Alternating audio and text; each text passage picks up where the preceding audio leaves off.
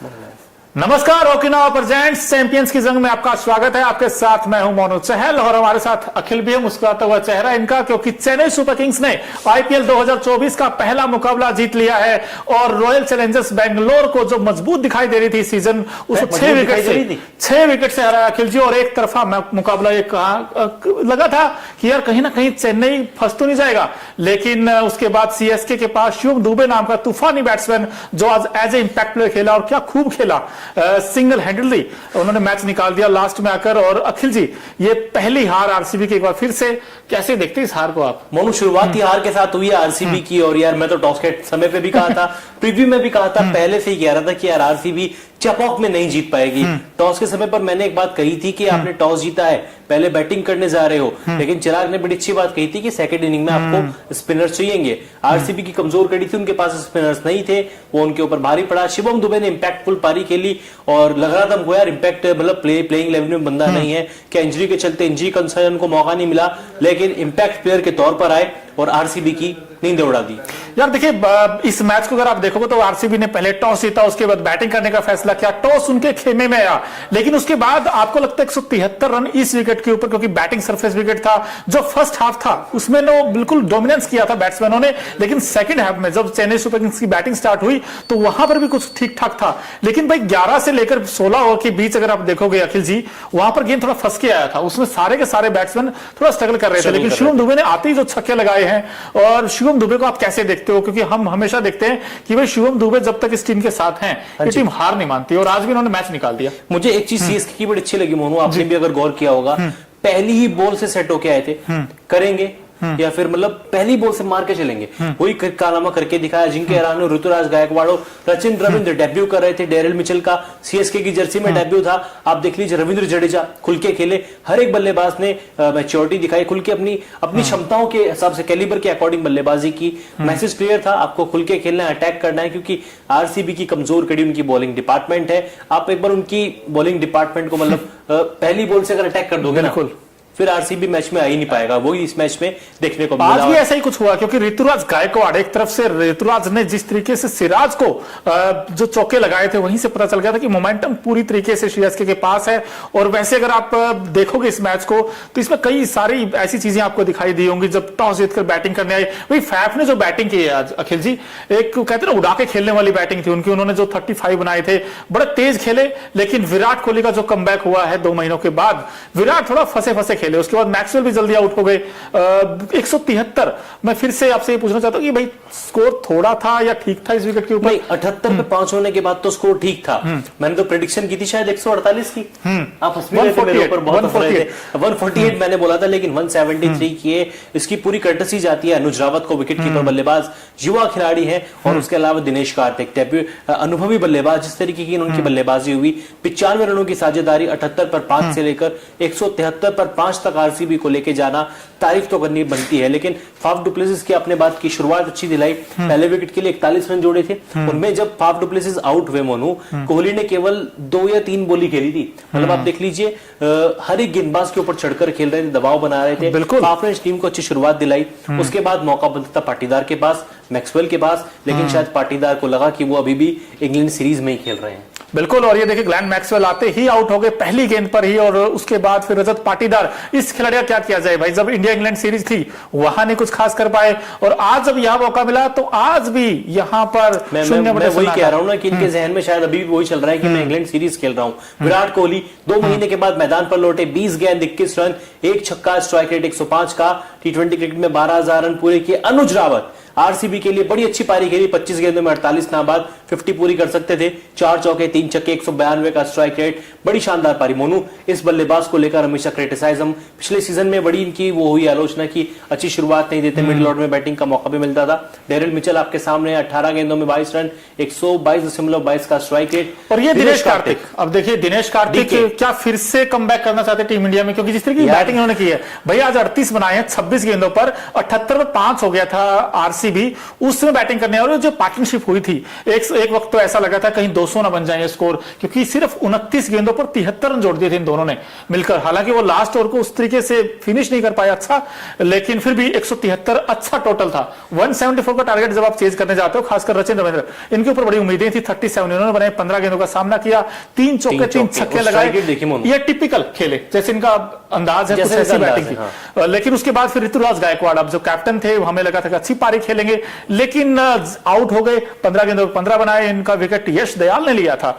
अब 3 चौके इन्होंने जरूर लगाए, लेकिन अजिंक्य रहाणे, फिर से अजिंक्य रहाणे चमके हैं। 37 बनाए 15 गेंदों पर। ये एक अच्छी नॉक थी, एक कैमियो इनिंग कह लीजिए 37 की, लेकिन ये बड़ी यूजफुल नॉक थी। कैमियो इनिंग आपने सही कहा, कैमियो इनिंग आप कहेंगे 15 गेंदों में 37 रन, एक अच्छी पारी, एक अच्छे समय पर ये पारी है, क्योंकि पावर प्ले में बल्लेबाजी करने आ गए थे और जानते थे कि जो मैसेज इनको दिया गया था कि आपको खुल के खेलना है। रणजी में फॉर्म तलाश रहे थे, बिल्कुल फॉर्म में नहीं थे, लेकिन आज आईपीएल शुरू हुआ और दिखा दिया कि या T20 क्रिकेट में रहाणे से बढ़िया बल्लेबाज कोई नहीं है, क्योंकि जिस तरीके की बल्लेबाजी पिछले 2-3 सालों से रहाणे करते आ रहे हैं, काबिले तारीफ है। बिल्कुल काबिले तारीफ है। अगर वैसे भी अगर देखा जाए इस मैच में, तो भाई 2-3 बड़ी इंपॉर्टेंट आपको नॉक्स देखने को मिली हैं। चाहे आरसीबी की टीम की बात करें, सीएसके की बात करें, भाई सीएसके में जो ऊपर का टॉप ऑर्डर था, हमें लगा डेवन कॉनवे का वो कमी खली नहीं दी मेरे ख्याल से, क्योंकि जिस तरीके रचिन रविंद्रा ने, फिर रचिन रविंद्रा को कैसे देखते हैं आप, क्योंकि ओपन जब लेफ्ट राइट कॉम्बिनेशन के पास है ऋतुराज और रचिन रविंद्र, अब तो यही रहेगा मेरे ख्याल से सेटल। अजिंक्य रहाणे नंबर 3 ही खेलेंगे। रहाणे ने कुछ गलत नहीं किया, आज अच्छी बैटिंग की है।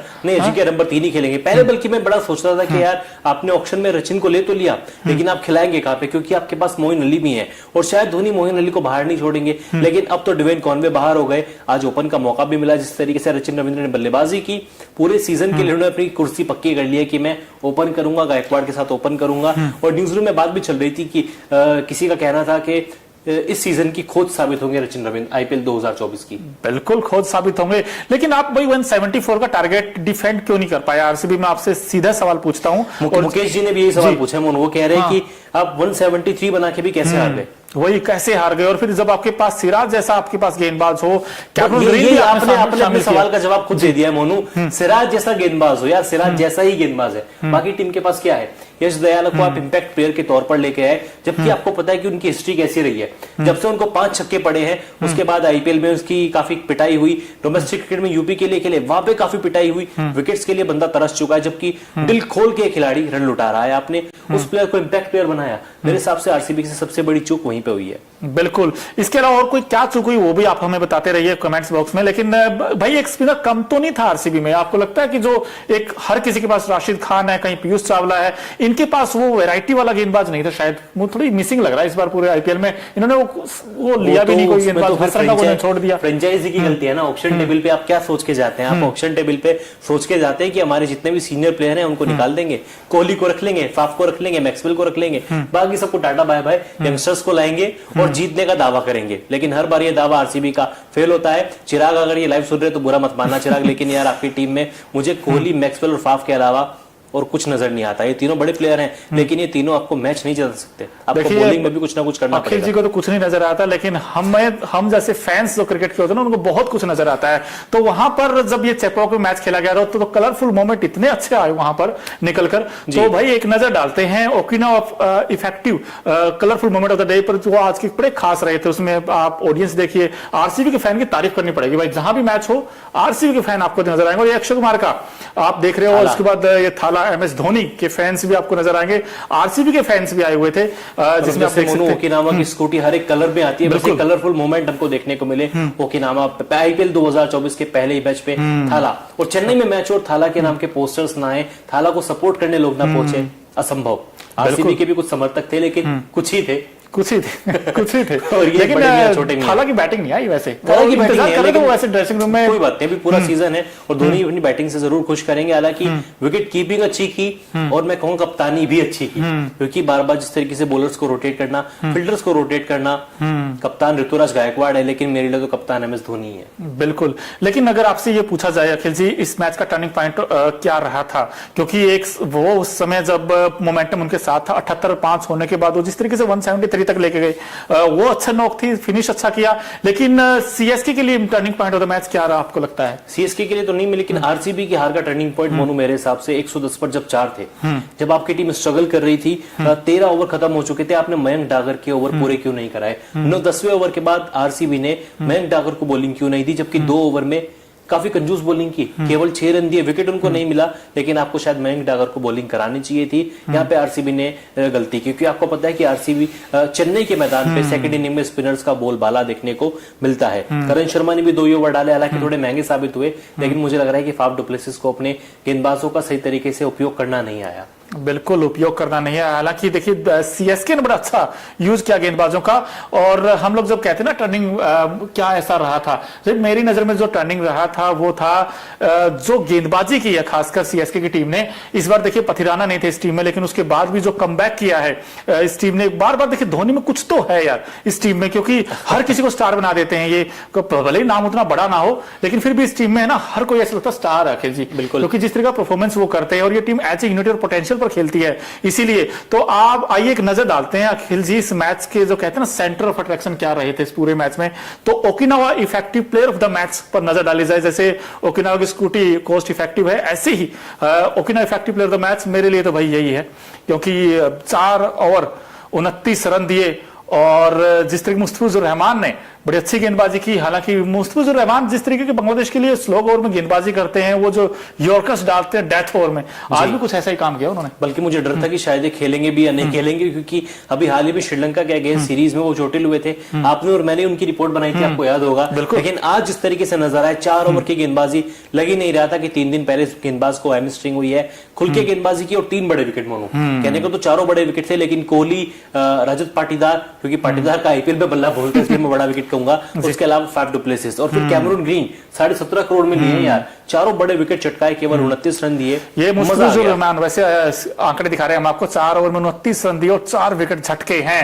हालांकि थोड़े से एक्सपेंसिव रहे, लेकिन जो इनकी जो खास बात थी, इनकी जो आर्ट है, उन पर उन्होंने स्किल पर काम किया है और गेंद थोड़ा आगे किया। इन्होंने बार बार बैट्समैन को खींच कर लेकर आ रहे थे कि भैया आप वाइड द क्रीज आपके आकर मारिए शॉट्स, लेकिन उसी में आरसीबी के बैट्समैन फंसते चले गए और 4 विकेट निकाले हैं। अब ये एक स्ट्राइक गेंदबाज बन गए इनके लिए, क्योंकि दीपक चाहर से बड़ी उम्मीदें रहती है, लेकिन दीपक चाहर कभी अंदर कभी बाहर, वो इंजरी का फैक्टर उनके साथ रहता है। लेकिन मुस्तफिजुर रहमान ने जिस तरीके की गेंदबाजी की है, कैसे देखते हैं अब इनके आने वाले अपकमिंग मैचेस में अखिल?